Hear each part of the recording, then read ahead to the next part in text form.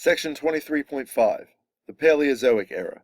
So the Paleozoic Era is broken up into 6 different periods, and we're going to discuss each of the periods with just a little bit of detail and kind of walk through how the Earth progressed from the beginning of the Paleozoic Era until the end of the Paleozoic Era. Starting with the Cambrian period. The Cambrian period goes from about 543 to 490 million years ago. Remember, at the end of the Precambrian period, the Earth is cooled and there's a large landmass, and glaciers cover this landmass. During the Cambrian period, the Earth warms, the glaciers melt, and water starts to cover most of the land. Here, marine organisms start to thrive, and the populations of those marine organisms start to grow. This is a region of time known as the Cambrian explosion. Numerous species of marine organisms came into existence at this time. This led to most major marine species evolving. This is evidenced in early shells that are found in fossils from things like trilobites. The next period is the Ordovician period. This period extends from 490 to about 443 million years ago. During this period, a new supercontinent called Gondwanaland forms and centers over the South Pole. This is one of the coldest times in Earth's history. This is also a time of great diversity and abundant marine life, as with the Cambrian period before it.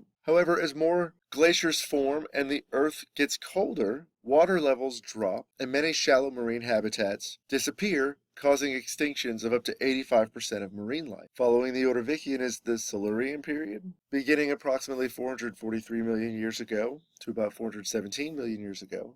At this point again, the Earth warms, the glaciers melt, and sea levels start to rise.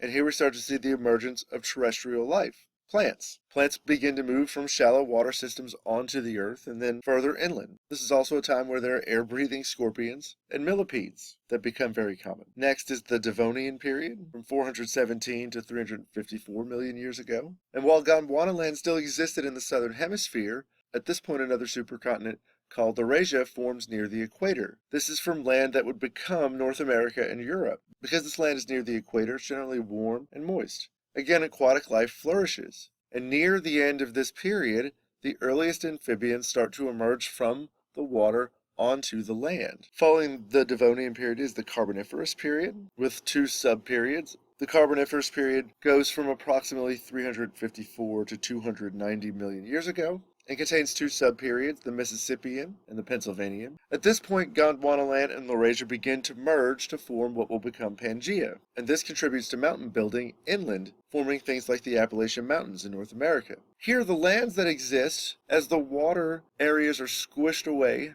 as the land comes together, are swampy and dense, filled with plants and small life, and as these things die off, the land covers them and compacts them, and this is where we get our fossil fuels from. Carboniferous means carbon-bearing. This is the period when everything died to generate the fossil fuels that we use now. During this period, life undergoes rapid changes, and you have things like giant cockroaches and dragonflies with 2.5-foot wingspans. This is also the first sign of things known as amniotes, which are ancestors to today's reptiles and mammals. These are animals that generate a shelled egg that can exist outside of the water, as opposed to previous amphibians, which laid their eggs inside of the water. And this allows aquatic amphibians to now migrate to land to exist. Following the Carboniferous period comes the Permian period. And the Permian period goes from about 290 to 248 million years ago. As land configurations change and come together to form Pangaea, climates change. You now have mountains that are formed to block moisture and clouds from going across the land, so this can lead to dry and arid regions. Also, the combined land masses lead to a lowering of sea level, and this again exposes large habitat of marine species and others that live near the waterline, causing many of them to die off. The Permian period ends with what's known as the Permian extinction, where 96% of marine life and 70% of terrestrial life is completely